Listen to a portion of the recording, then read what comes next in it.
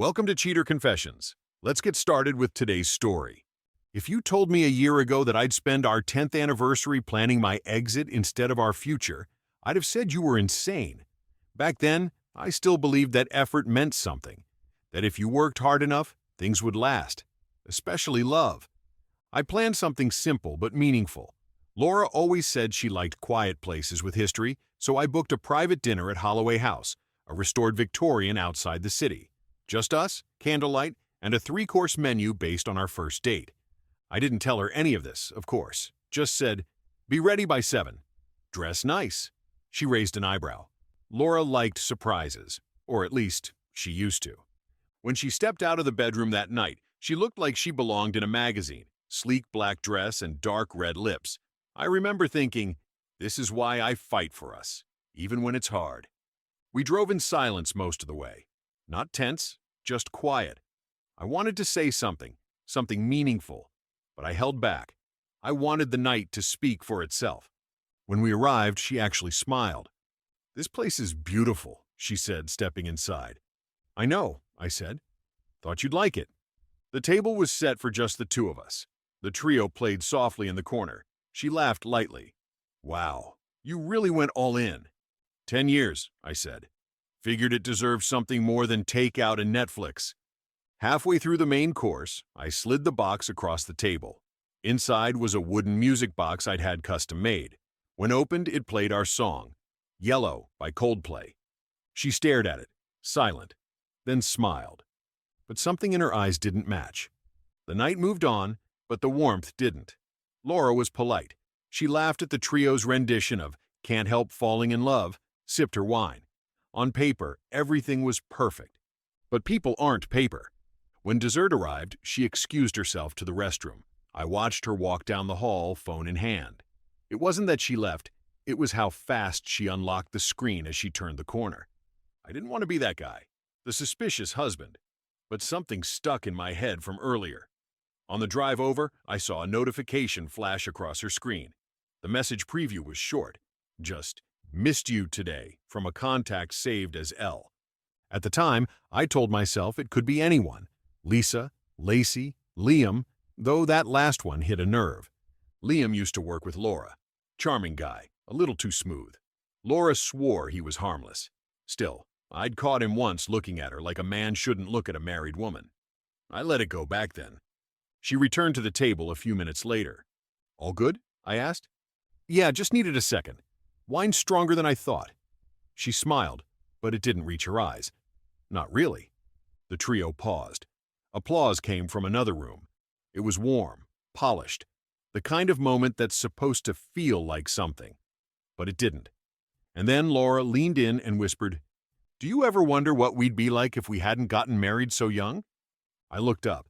She was still smiling, but it was that distant kind of smile. "I don't regret it," she added quickly. "Just sometimes I wonder. That's normal, right?" I nodded slowly. "Depends on what you're wondering about." She gave a short laugh, finished her wine, and looked away. That was when I knew this night wasn't saving anything. We finished dinner and moved to the parlor. That part was just us. But then, a few close friends started arriving. People I'd quietly invited for a surprise toast after dinner. Mark and Jenna, old college friends. Diane from Laura's office. My cousin Alex and his wife, Nina. Laura had always said these people felt like family. I thought she'd appreciate it. Laura looked a little thrown when they walked in, but she played along. Hugged everyone. Poured drinks. "This is incredible," Jenna said. "I told Greg if he ever did something like this, I'd marry him twice."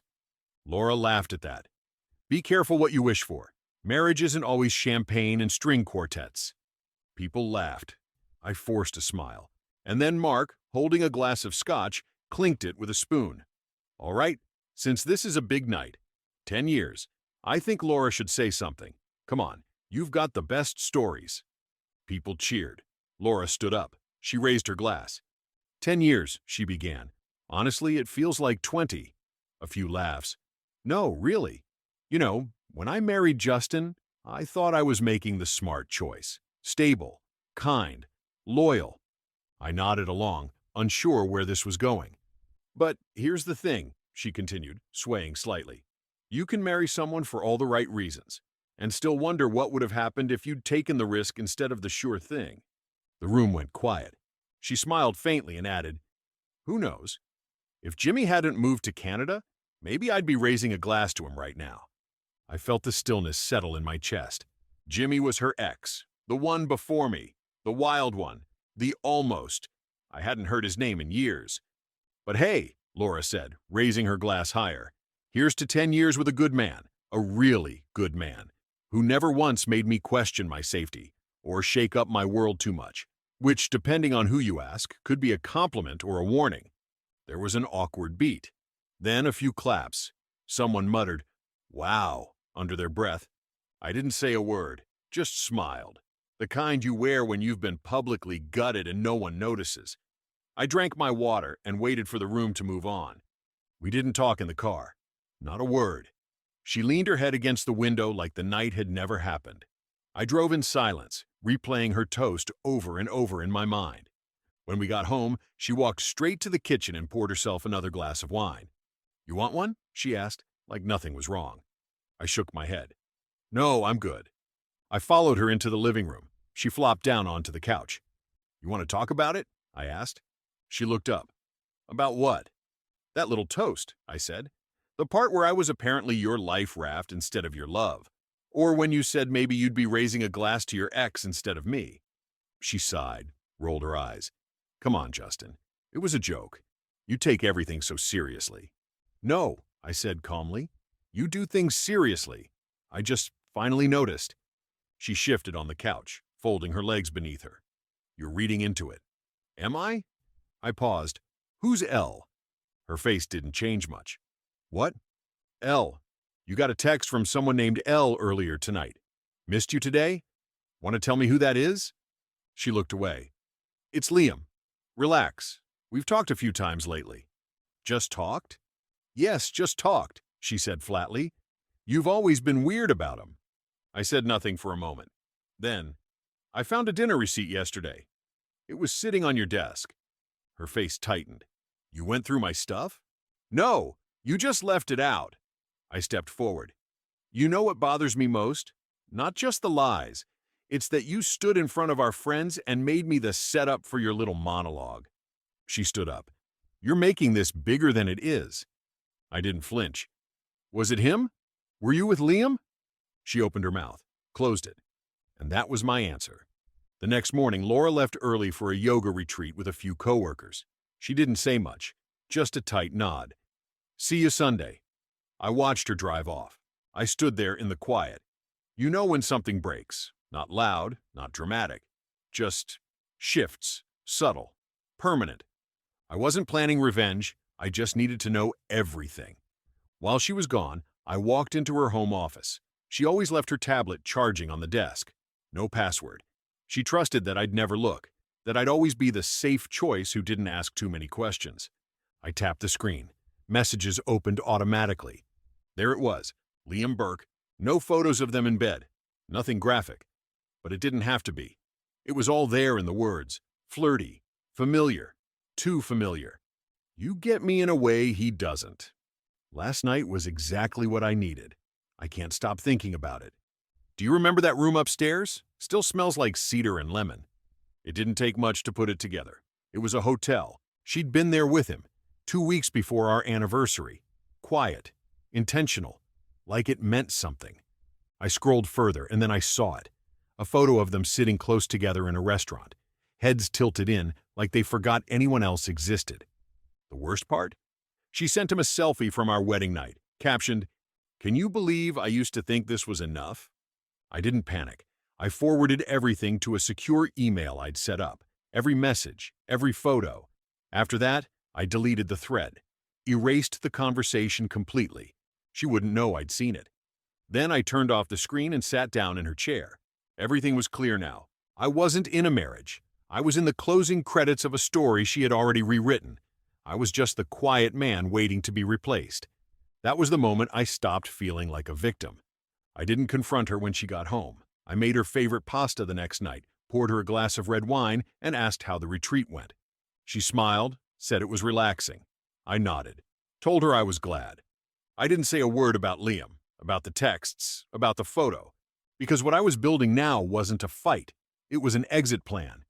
The next day I called my old college roommate, Kevin. He's a divorce lawyer now, sharp, quiet. He could tell something was off just from my voice. I told him I wasn't in a rush. I just wanted to understand my options. He didn't push, said we'd be strategic. No drama, dignity first. The goal was to walk away clean, with my head up. That night, Laura went to bed early. I stayed up and opened my laptop. I started documenting her texts, her little jokes at my expense, the dinner receipt, a full timeline, not for revenge, but for proof. The next step was Mark. He owed me a favor from a few years back, so I called him up. You busy on Sunday? No, why? I need a space, something casual, small group. I want to say a few words. He paused. This is about Laura? It will be. He didn't ask questions. You got it. By Friday, the pieces were all lined up. The email, the slideshow, the manila envelope with separation papers was signed on my end. Everything was labeled, neat, and locked away in a folder. Laura had no idea. She thought we were fine, that I had gone back to sleep inside this marriage. But I hadn't. I was wide awake now. On Sunday afternoon, Mark's place had the usual brunch crowd. Laura walked in next to me. She kissed Mark on the cheek, hugged Jenna, and laughed at something Diane said, as if she hadn't gutted me 2 weeks ago. She didn't know what was coming. About 30 minutes in, I told everyone I wanted to say a few words. Mark dimmed the lights. The small TV on the wall lit up. I'd asked him to connect my flash drive before the party. He didn't ask questions, just plugged it in and moved on. I stepped forward. I know this isn't an anniversary party or anything, I said, looking around the room. But since most of you were at our dinner 2 weeks ago, I wanted to share something. A few thoughts, a little follow-up. The screen lit up. The first slide. Our wedding photo. Smiling, radiant, young. The room softened with quiet smiles. Even Laura did. Second slide. A picture from that anniversary dinner. Same table, candlelight glowing. Then came the texts. Liam's name is at the top. Her words. You get me in a way he doesn't. Still smells like cedar and lemon.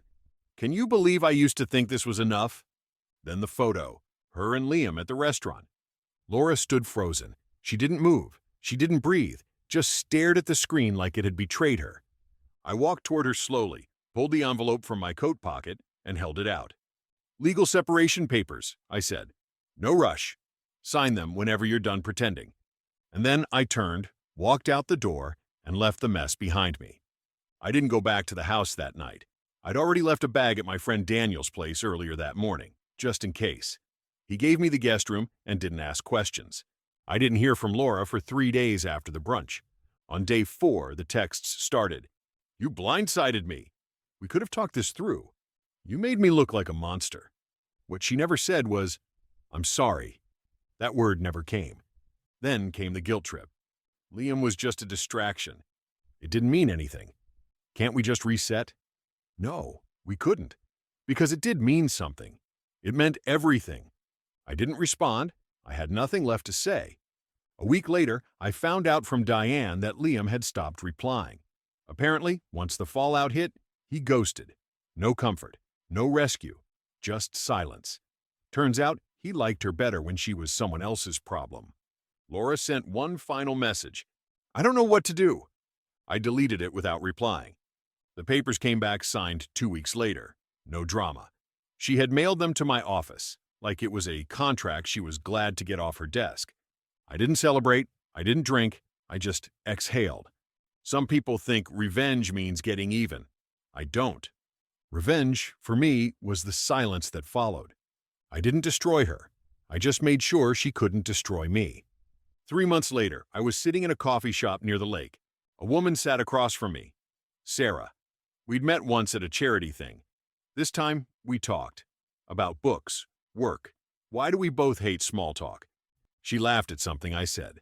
Not loud, just natural. No eyes wandering, no subtext, just presence. And for the first time in a long time, I laughed too. Not because I won, but because I was finally free. Thank you for watching.